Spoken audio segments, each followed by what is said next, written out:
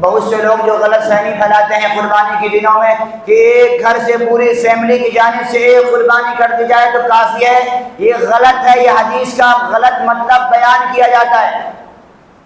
ہر شخص پر جس پر قربانی کے لیے اس کا نصاب پورا ہو رہا ہے، اس کے پاس سہولت ہے، ہر شخص کو قربانی کرنا ضروری ہے۔ ایک ایک آدمی کو الگ الگ، جیسے نماز پورے فیملی والے مل کر کے کوئی ایک آدمی پڑھ لے نہیں چلتا، ہر آدمی پر نماز الگ الگ فرض ہے، زکوٰۃ ہر آدمی پر الگ الگ فرض ہے، اسی طریقے سے روزہ الگ الگ ہر آدمی پر فرض ہے،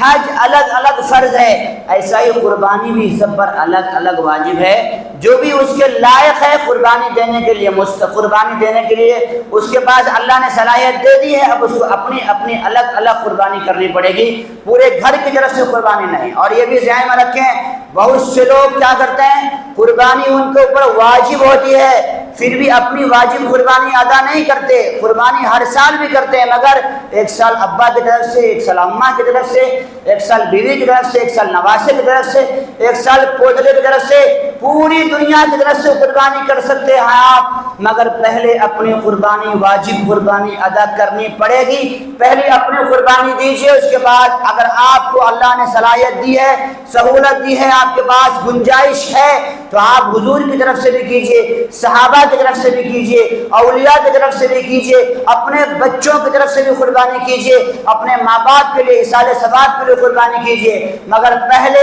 اپنی واجب قربانی، جیسے پہلے اپنی نماز آپ کے لیے اوپر فرض ہے، ویسا ہی پہلے اپنی واجب قربانی ادا کرنی پڑے گی۔